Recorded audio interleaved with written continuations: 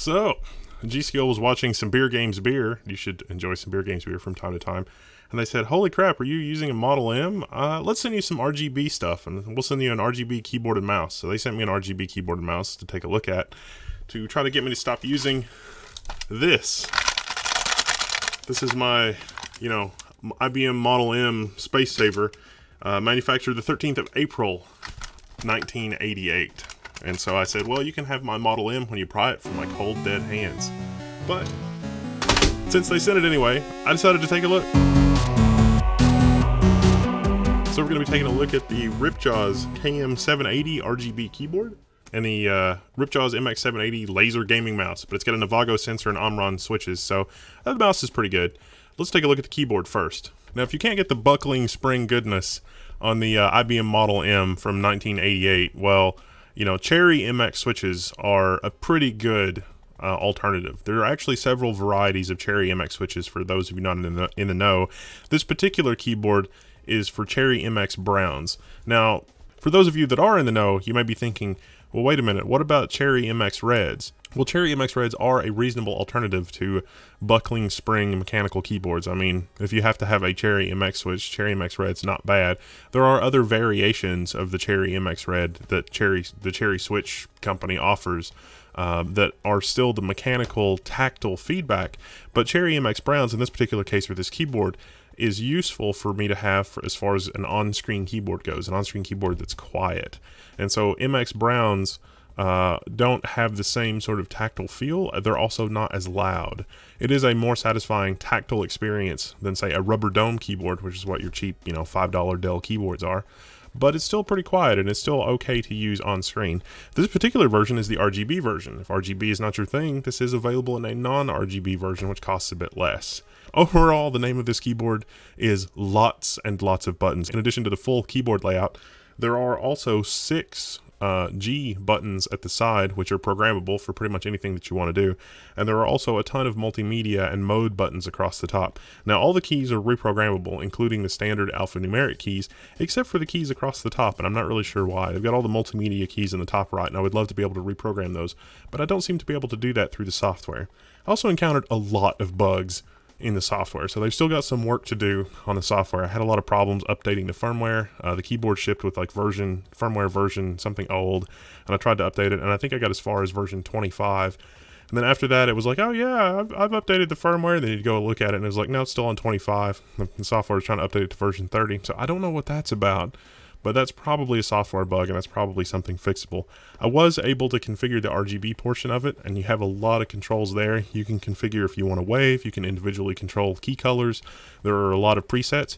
You can use the M buttons across the top to quickly toggle between different modes. You can also toggle between N-key rollover and 6-key rollover. Now, USB, the specification, is really only designed for 6-key rollover. So the way that you get N-key rollover on USB is you use a special driver, or you just create multiple USB keyboards that are plugged in. And when you hit the 7th key, that's actually key number 1 on keyboard number 2 on your USB HID or your USB device stack. And that's what they've implemented here, and that actually works really well. So in terms of like construction and build quality, I can't find anything to fault this with as far as the construction and build quality goes. It's got a brushed aluminum feeling metal plate that the Cherry switches are mounted into, and then it has a plastic bottom. It comes with this lovely detachable wrist rest, and the texture, it's got sort of a rubberized texture, but it's not like the plasticized rubber. It actually feels like a natural breathable rubber. In extended gaming sessions on Beer Games Beer, where we were playing different games, it actually worked fine. There's also a flip down sort of cable caddy that'll hold a mouse cable and sort of prevent it from bunching or whatever. It also has a built-in USB port. There's 2 USB cables that come from the keyboard, so it's not like it's a USB hub. It's just a connection for USB. So if you've got a USB headset, you can plug your USB headset into the keyboard. Of course, it does have analog audio and analog mic as well that will carry from the back of your computer to the keyboard if you want. So the keyboard cable on this thing is pretty hefty because it's got to carry those 2 analog audio signals, and it's got to carry 2 USB, one for the keyboard and one for the auxiliary USB port, because it's just pass through. It's not even there. It's basically a USB extension cable. The keyboard's rated for 5 volts at 900 milliamps draw, so It's going to use a lot of power, owing mainly to the bunches and bunches of individual LEDs for each light switch. Now overall, the microcontroller in the keyboard is a 32-bit ARM microcontroller, and it has 512 kilobytes of onboard memory. It can be configured for 1 kilohertz polling, USB's maximum polling rate, at least normal USB's maximum polling rate. So that's a 1 millisecond rollover time, which is nice. The length of the cable is 2 meters, and the warranty on this is 2 years. So overall, it's not bad. It's not enough to get me to let go of my Model M, but in terms of Cherry MX Browns, I do like the Cherry switches, and in terms of the construction and the particulars on this, it's a really solid piece of engineering, I think. The software leaves a little bit to be desired, but overall, it's not bad. It's RGB, so if you're into the RGB thing, the RGB functionality seems decent enough. If you're not into the RGB thing, get the version that doesn't have RGB and you'll be all set. There are other versions of this keyboard that use different Cherry MX switches, depending on what your preference is. If you're not really sure what your Cherry MX preferences are, there's a Cherry MX switch kit you can get on eBay that comes with 1 switch of every different type. And you should do that to see what kind of key that you like. There was actually a switch that I liked better than Cherry MX Red, but I didn't bother to remember it since I have the kit and I can go look at it.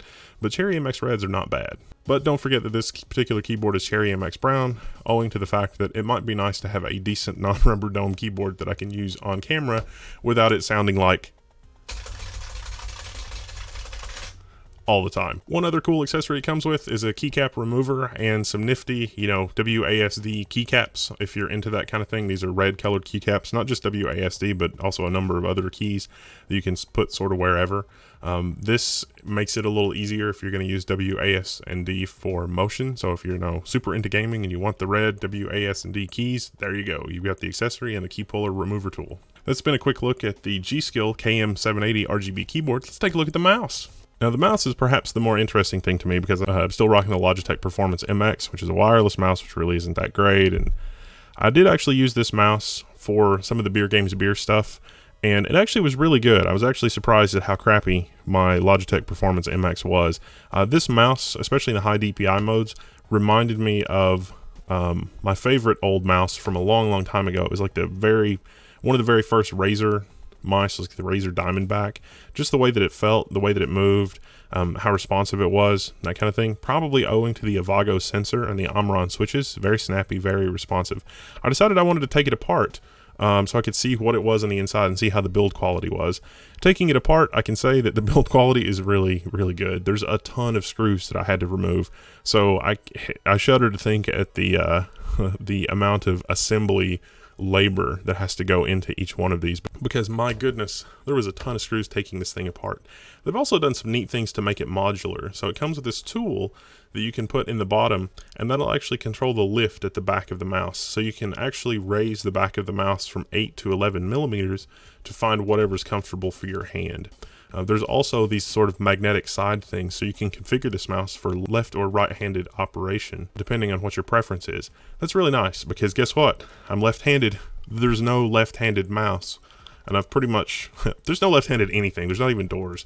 If you're a left-handed person and you're going into stores, a lot of the time they don't even bother to unlock the door that's on the left side. And so when you reach out with your left hand and try to open the door, it's like, oh, it's locked. And then you reach out with your right hand and everything is okay. So I've learned to be right-handed in pretty much everything that I do, including mousing. But I actually did use this left-handed for a while, and I found it to be pretty comfortable. Although I'm not really sure, there's a more subdued side, and then there's a side that sort of has this wing gull thing. And I like the wing gull thing for my thumb, but I actually found it useful when I was in the opposite configuration as well, because if I'm doing like the claw grip on the mouse, it was still pretty comfortable to use it that way. So I'm not really sure how it's intended to be used, but I found it to be comfortable sort of both ways. It is nice that it's magnetic as well. There's no screws or no fiddling with anything for the sides. You can just pop them off and pop them on. That works really well. The mouse is advertised as a metal base, but the metal's just a sticker, as we found out when we had to take it apart, because there's 2 screws under the metal base, and you have to sort of destructively peel the sticker away in order to get to the screws to take it apart. Once we took it apart, we did find a bunch of Omron switches. Pretty much everything across the board inside this mouse were these high performance, long life, sort of industrial grade Omron switches, along with the Avago sensor. Now overall, I found the mouse software to be much less buggy than the keyboard software, although once in a while, when opening the mouse software, it would take like 30 seconds to open, and I don't know what that was about. but it's got an intuitive user interface where you can configure what the buttons do and override them. The box has 8 programmable buttons, but it's really 7 because one of the buttons is the button to do with the mouse wheel. So I don't really count that. You've got 2 buttons on each side that are programmable. Then you've got the regular left and right mouse button. Then you've got a button in the middle behind the wheel, and then you've got the wheel click and then wheel up and wheel down. Those are your buttons. The middle button behind the wheel makes sense as a DPI toggle, although you can reassign it. And so if you've got the RGB keyboard, you can set the mouse DPI toggle to be one of the keys on the keyboard, and that's perhaps a more useful configuration so that you can have another control of some kind on the mouse. Now in terms of the actual sensitivity, you've got, stage 1 through stage 5, although you can configure the mouse to only have, 1 stage or 2 stage or 3 stage or 4 stage of DPI sensitivity, but it's got that nice Avago sensor that goes all the way up to 8200 DPI. You can also control the X and Y DPI independently. So if we'd rather one axis be more sensitive than another axis, you can configure that through the software. And the best part is you can save all this to the profile on the mouse. The mouse has EEPROM, so you can save it that way. And then of course you have lighting control and some of the other stuff. Overall, I think that I like the mouse a lot more than the keyboard. The keyboard actually is not bad. It's just that I'm biased because IBM Model M. The keyboard was really well put together, but the software was really the part that I struggled with the most. That will probably be fixed in an update. In fact, they're probably watching the video and scrambling to roll out a software fix, and I'll be glad to take another look at it when the software is updated. So if you've got these peripherals and you've been using them for a while, or you're thinking about getting them, head on over to the forum at techsyndicate.com. If you've been using these for a while, so let us know in the forum and let us know what your experiences are. I'm going to keep using these for Beer Games Beer, so if you want some commentary and some overall nuggets from actually having used them to play games, head on over to Beer Games Beer. I'm Wendell, I'm signing out, and I'll see you on the forums.